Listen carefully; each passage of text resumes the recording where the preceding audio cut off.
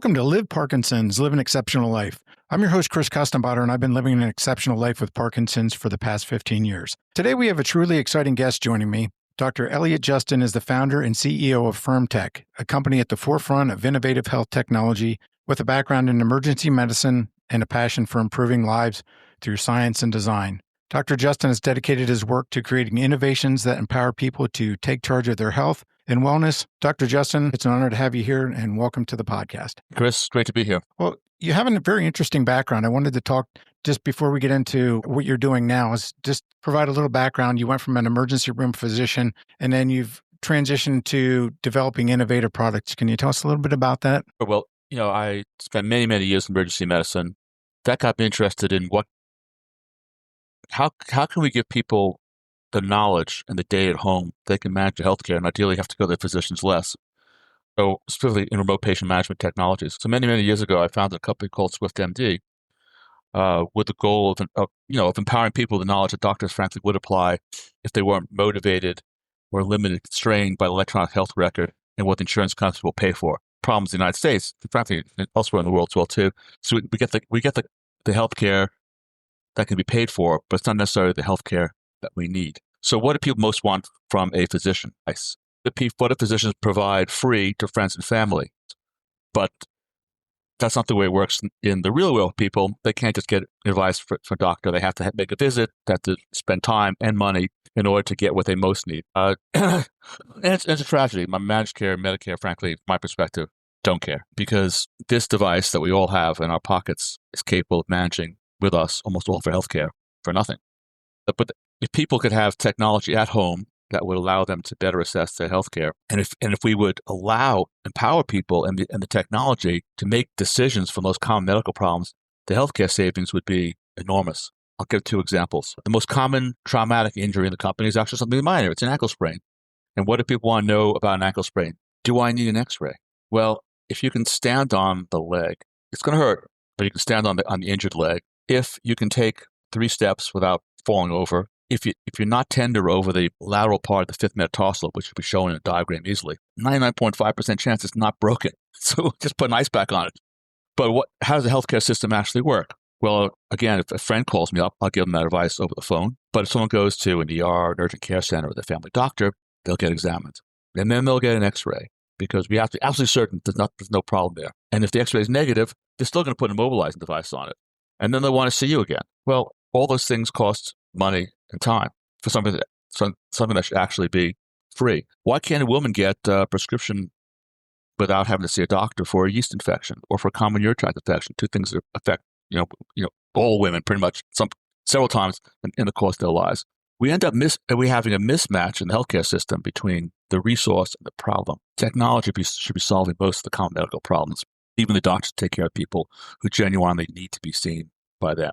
So I guess I've digressed a little bit, Chris, but that's, I'm really interested in giving people knowledge at home that will keep them away from doctors. So that said, about 4 years ago, a urology professor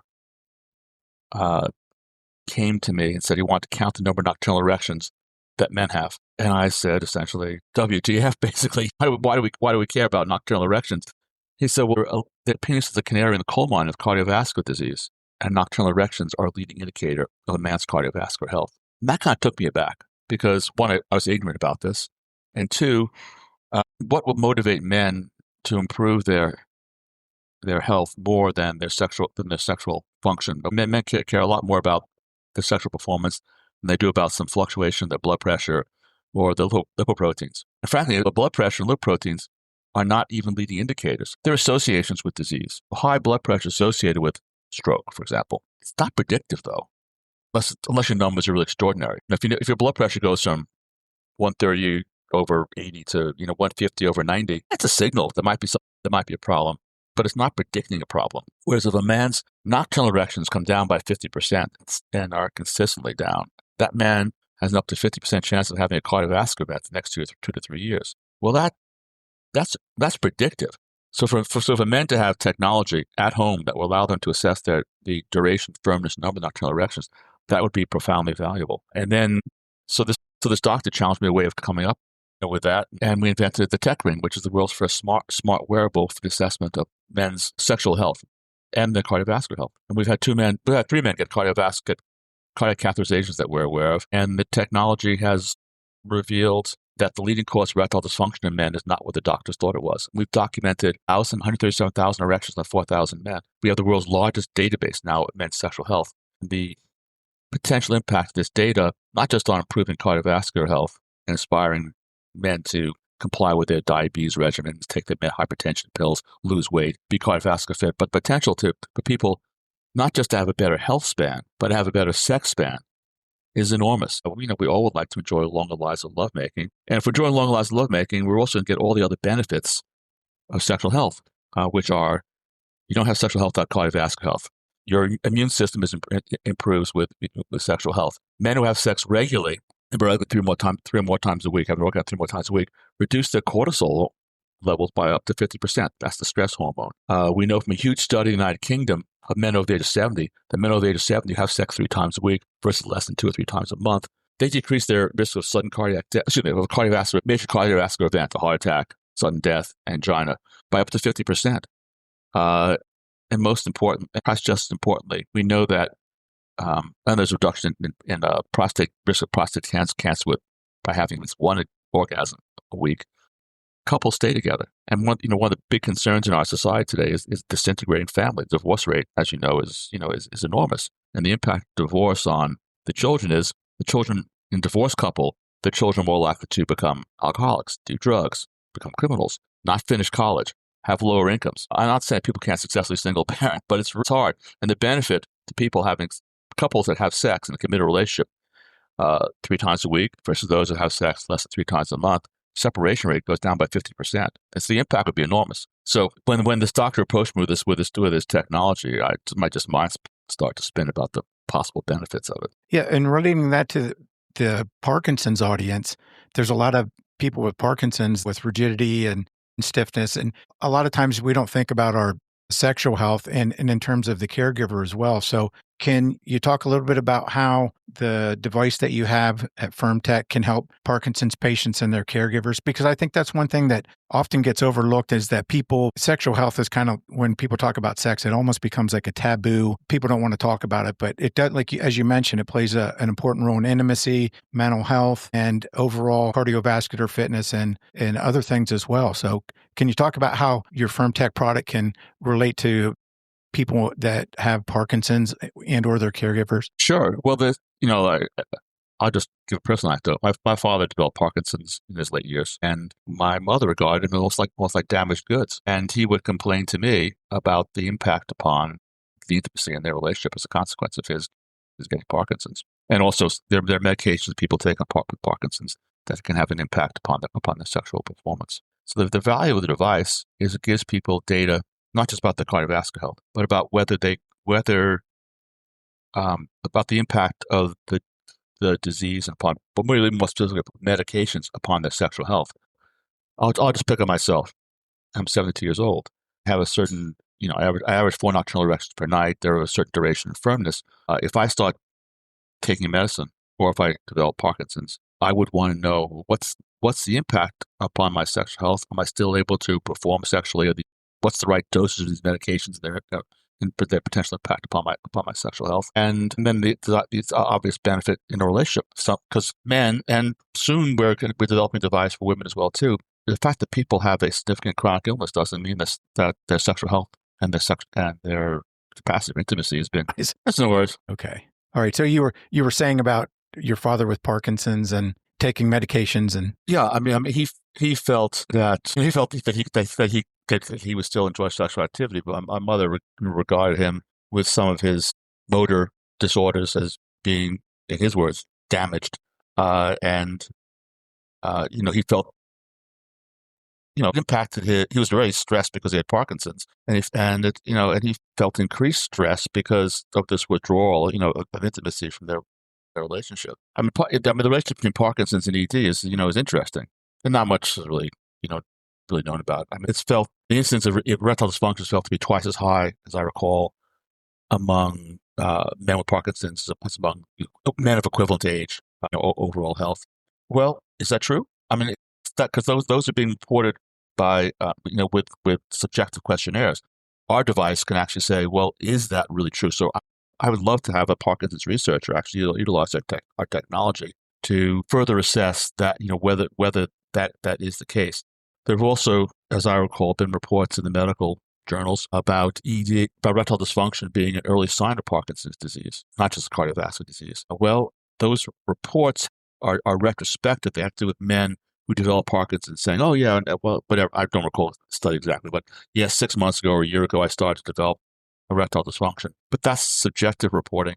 And so with our device, men could actually see whether they eventually develop Parkinson's or a cardiovascular problem. They can actually see, I'm developing a problem. The great thing about the wearable technologies is that the goal is to see a problem before it becomes a much larger problem, much more difficult, more difficult to treat. We're all on the road, all of us, all men, we're all on the road from erectile fitness, if you will, to erectile dysfunction. And we all would like to know, well, where am I in that road?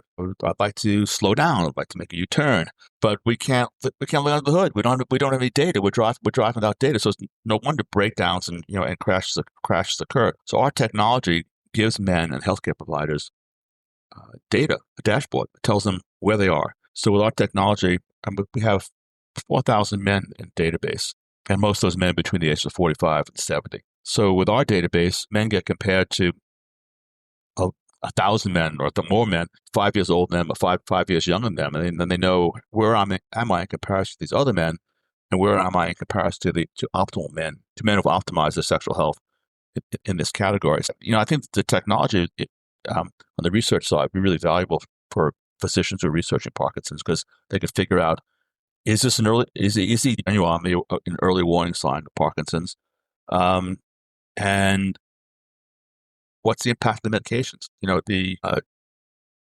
Are the dopamine agents, are they restoring sexual function? We don't know. What's the right dose that might help to restore sexual function? And with men like my father, I think the value would be, okay, I'm having these motor problems, and it's harder for me to make love because these motor issues. But I still can make love. Let's work, with the partners. Let's work this out. Let's not be frightened of this. Let's try to work this out. I know it's been reported that sildenafil, Viagra, is particularly effective at treating erectile dysfunction in men with Parkinson's. Well, what's the right dose? Is it objectively working? And that can be worked on with this technology. And the same thing with testosterone replacement therapy, which I think is controversial. I don't know why. By the way, it seems to me that testosterone replacement therapy, probably for all aging men, is beneficial, and that it somehow or other be controversial because Parkinson's disease is something that I don't understand, Chris. So if people are interested, how is your device different from somebody taking a medication like Viagra or Cialis? Because Sure. A lot of times people say, well, it's easier for me just to take a pill or whatever if I'm having issues. So can you talk a little bit about how your product is different? Because the pill actually is not that effective. It's easy, but it's not that effective. So if you go back to the original Pfizer application for sildenafil, generic, the FDA, there was, as I recall, there were 7 studies, 2 of which showed no more benefit than placebo. One showed significant benefit, 70%, but that was in men who had prostate surgery. And that group should have been excluded because most men haven't had prostate surgery. And there were 4 studies that showed benefit 35 to 40% range. Well, the cutoff for placebo is 30%. And so the benefit of Viagra is valuable in men who have arterial insufficiency. They're not getting blood into their penis, usually because of hypertension or diabetes. They're just not getting the blood flow in. And it's small, but it's significant. But the vast majority of men, as they get older, that's not their problem. It's keeping blood in. And this is what with this large database we have, it's shown that what the doctors were thinking was the major cause of erectile dysfunction. They thought it was going to be heart failure, arterial insufficiency. Heart failure meaning men with angina, heart attacks, congestive heart failure, conditions of that nature, or hypertension, diabetes, or atherosclerosis, narrowing their arteries, not getting blood to the penis. But the vast majority of men, their disease, their heart disease, cardiovascular disease, is not sufficiently advanced to have an impact upon their erections. This is surprising to me and surprising to the academic urologist, world-leading urologist on a scientific advisory board. As the incidence of erectile dysfunction goes up 10% per decade, by my age, it's 70%. The expectation was that the number of nocturnal erections would come down, firm's nocturnal erection will come down, and the firm's sex erection will come down. But we're seeing a little bit of tapering in the 60s and 70s, or late 60s and early 70s. Not enough of a tapering, though, that men should be reporting erectile dysfunction. Well, it turns out these guys don't have dysfunction. What they have are fading erections of aging. So the problem is on the venous side of the circulation. Doctors tend to go where they get data. So we get data about heart function, we get data about narrowing of arteries. We can get data about the deterioration of smooth muscle function and hardening of the venules. What do I mean by that? I'll draw an analogy. I'm 70 years old. If I get on a plane to visit my family in Stockholm, Sweden, sit on a plane for 8-10 hours, my rings get a little tight. My socks get a little bit tight. That didn't happen to me when I was 25 or 30 years old. Probably didn't happen to you at 25 or 30 years old either. Right. Because at that age, the smooth muscles around our veins are strong and our veins are healthy and they pump blood back to the heart. As we get older, they weaken with aging, and they need support. So if a man is getting an erection, putting more blood in is helpful to sustain that erection. But the major thing that will help to sustain that erection is some mechanical occlusions. So what our device does is it compresses the superficial veins. It provides that support. It gives men a long-lasting erection. It also restores confidence because when a man gets an erection and loses it for whatever reason, he's worried about paying the mortgage. He's worried about his grandkids. He's taking medications that we doctors prescribe that can interfere with sexual function. Hypertension, antihypertensives, antidepressants, anti-anxiety medications. Whatever the reason is, if he's getting an erection, the primary goal of therapy should be to keep the blood in. And there's no pill that will do that. Only a ring will do that. And that's a surprising conclusion, but that the data clearly shows that. And if you told me 4 years ago when I started getting involved in this project that I would be promoting erection rings on a podcast about Parkinson's disease and erectile dysfunction, I would have said, really? I wouldn't have believed it. But now the evidence is clear, and there are probably 8 or 9 published papers about the value of our device in helping men with erectile dysfunction. But it really isn't dysfunction. We shouldn't even. I'm kind of at war with that word because if a man struggles to get an erection, can't obtain an erection, just some men with Parkinson's disease, men in the general population, but it's only 10 to 12% of the population. That's dysfunction. That's a problem that needs to be assessed by a cardiologist and a urologist. But if a man gets an erection, or a man has healthy nocturnal erections, or nocturnal erections at least indicate he's getting significant blood flow to his penis at night, then that's not really a dysfunction. It's a problem. It's a problem that can be addressed by a ring and a pill. If a man wants to optimize if my man can get an erection and loses it, he wants to optimize his performance, the ring should be probably first-line therapy along with the pill. Though I don't want to take away from the value of Viagra, especially for the Parkinson's population, because there are studies that indicate its effectiveness in treating ED with Parkinson's. But men should also consider putting a ring on it, because Viagra puts more blood in, but it doesn't keep it there. And the erection ring will keep it there. Also, men with Parkinson's, go ahead, sorry, Chris. Oh, I just wanted to ask you, in terms of that, there's a large percentage of people with Parkinson's that have anxiety and depression, which I'm sure is going to be related to sexual health as well. Do you have available, would that be able to help people with Parkinson's that also suffer from anxiety and depression, or there's no data on that? We don't have any data on men with Parkinson's. And again, we make our device available free for researchers. I hope some researchers are listening in right now, and I will feel interested in reaching out to me and discussing research opportunities, subjects for research. But to project from the general population, to your point, the number one issue for men is performance anxiety, is confidence, impacted by other factors, could be impacted by worries that don't relate to sex, can't pay the mortgage, or medications that we doctors prescribe. The man loses his erections several times. It has a positive impact upon their confidence, their mental health. I mean, I'm a background emergency medicine doctor. Short of a heart attack or a stroke, there are few things that alarm a man as much as repeated sexual failure. I mean, back in the 90s, when Viagra first came out, only urologists could prescribe it, and now restricted to 10 pills a month. We had guys come into the ER on Friday, Saturday nights, like around midnight, looking for Viagra because they'd had a problem, and they were alarmed.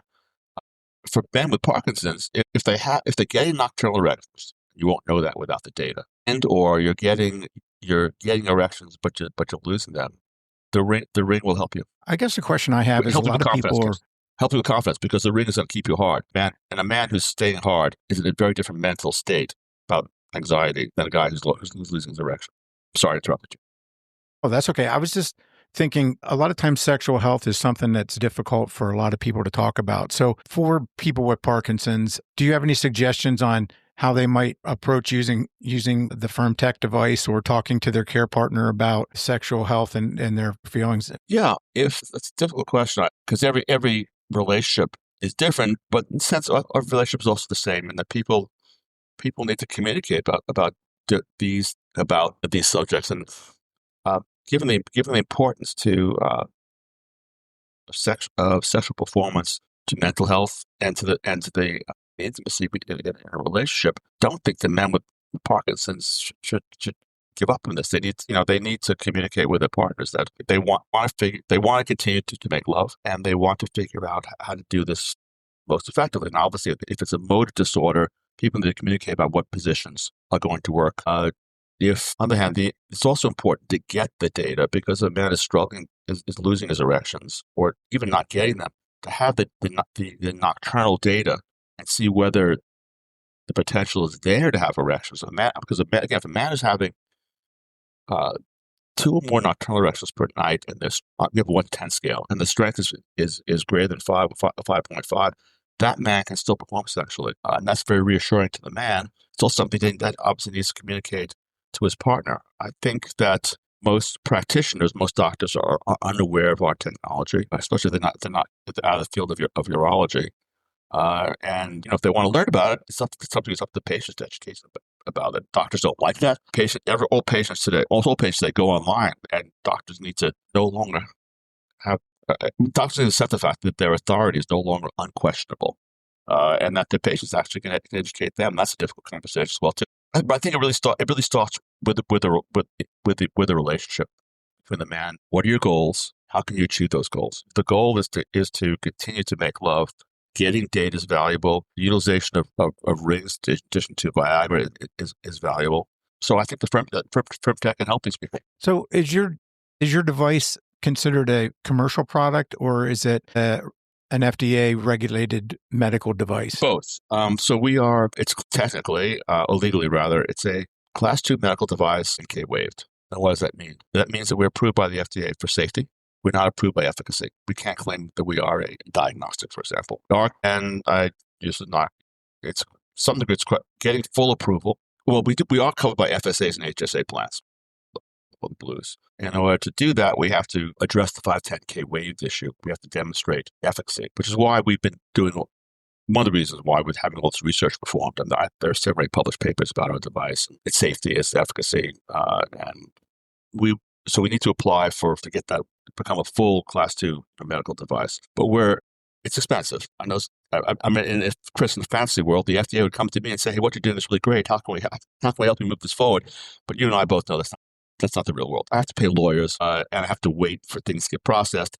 So we're coming out with a version 2.0 of the tech ring probably next summer. We're adding additional sensors that will increase its sensitivity and specificity. Also, that will tell us about cardiac rhythm at night, and give us other information. So we're saving our money for that application.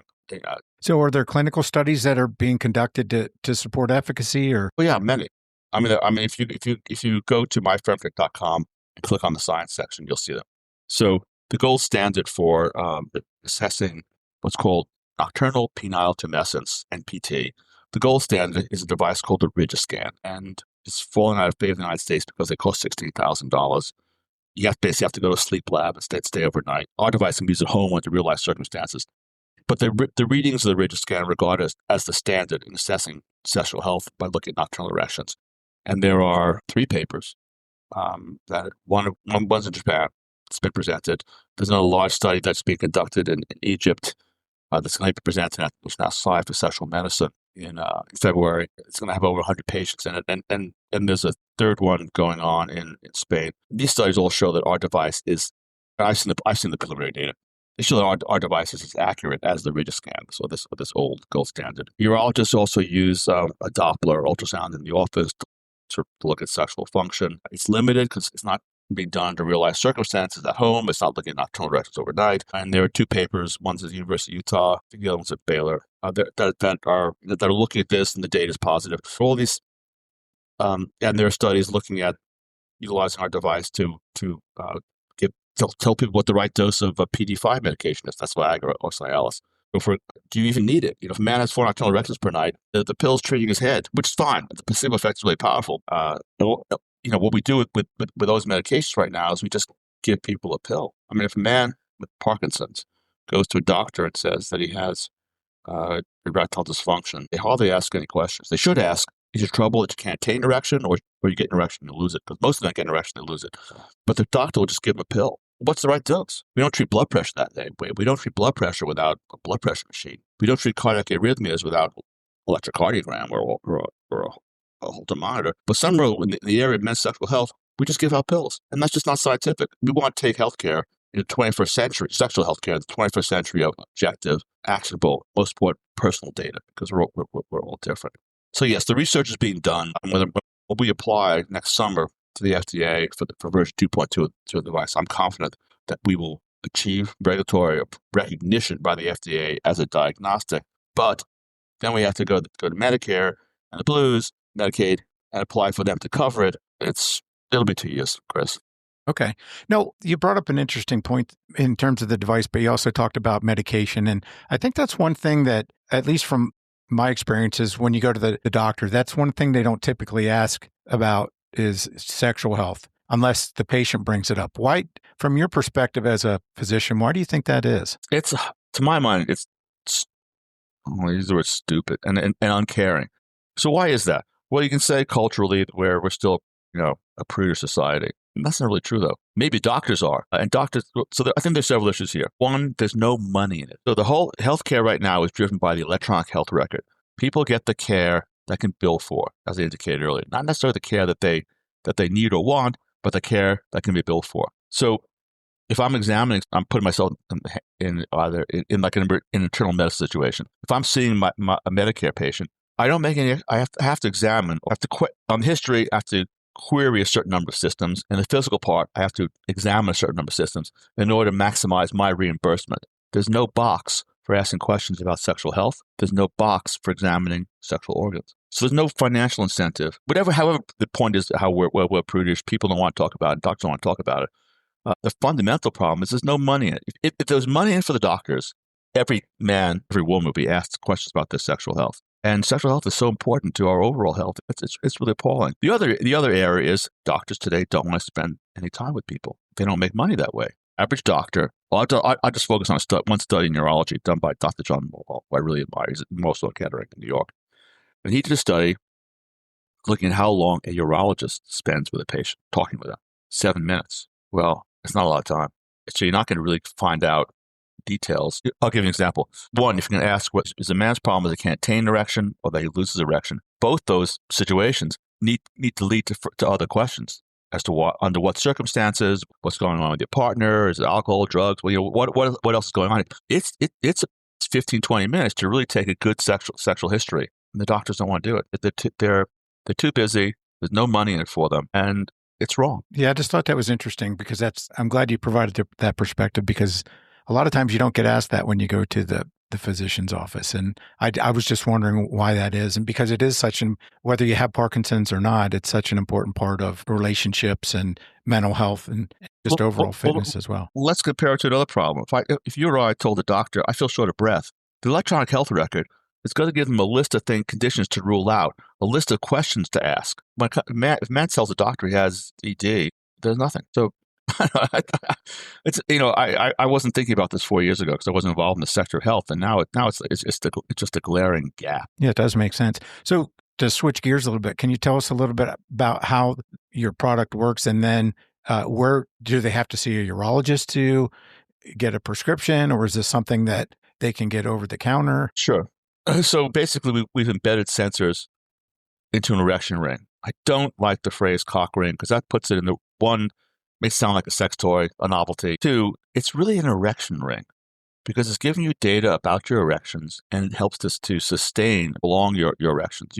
Men with our device will get harder and will last longer and will have more intense orgasms because of the nature of the form. Embedded sensors into a ring, one overnight, we count the number of nocturnal erections, and men have their duration of firmness. 90% plus of men have no problem with the technology. 8 to 10% of men statistically either say it's uncomfortable or they have difficulty with the app. We're men. We just want to put things on, have them work right away. And a lot of guys don't read the instructions. Not a lot, but 8 to 10% of men don't read the instructions. And then in terms of discomfort, we encourage those men, hey, wear around the house for a few hours. Forget about the data. Because men are not used to sleeping with things on their body. Women are. And yes, the device, if you got to pull your pubic hair out of the way or trim it, or you I don't know, all men have probably noticed that women adjust their bras throughout the day. Someone in the fashion industry told me it's 8 to 10 times a day a woman will adjust the bra. Well, why is that?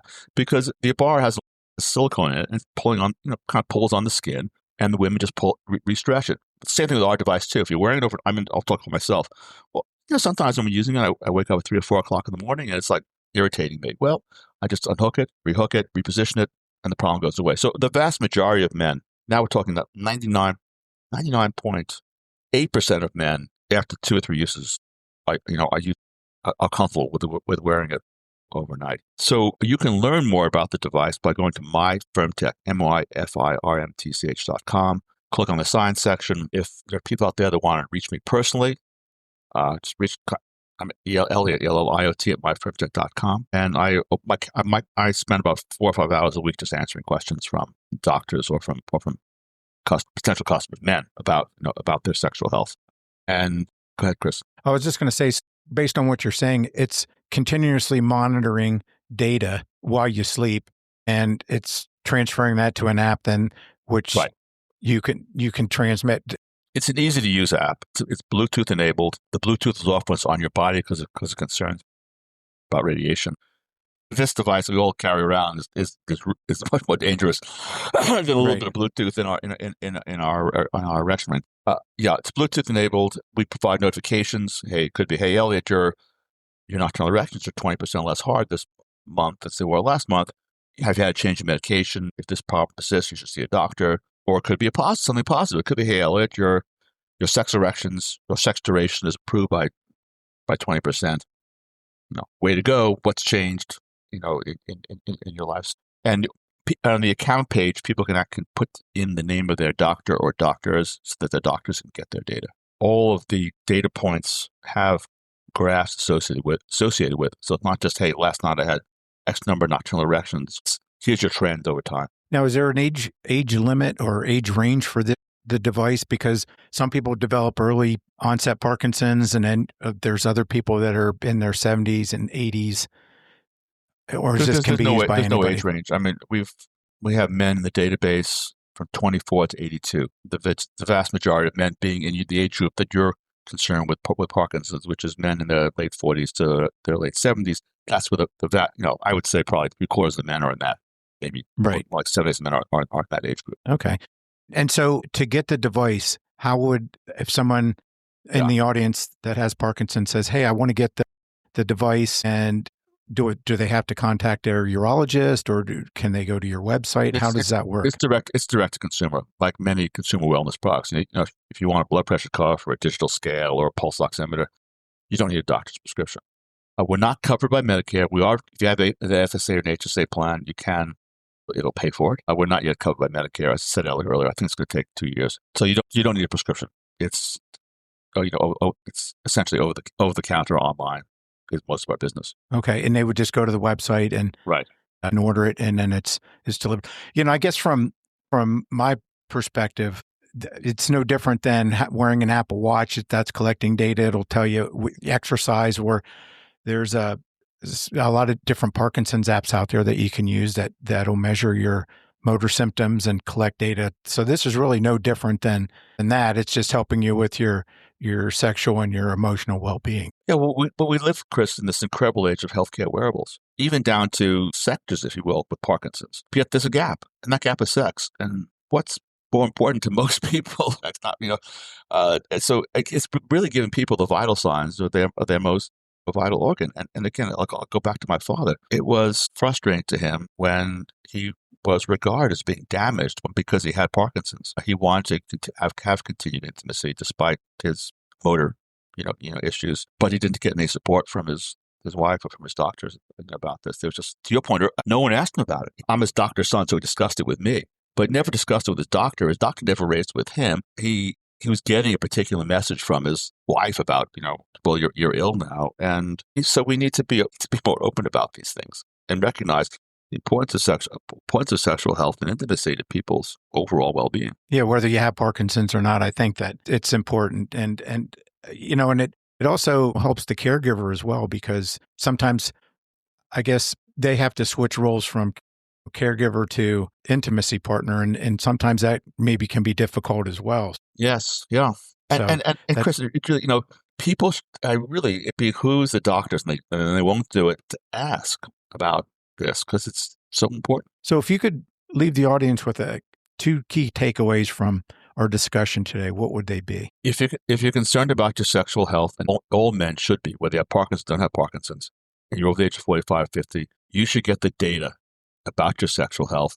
Just the way if you go to a doctor, you expect them to get data about your heart. I want electrocardiogram. If I went to a doctor my age or your age, Chris, and they say, "Hey, Chris, you look good. See you next year."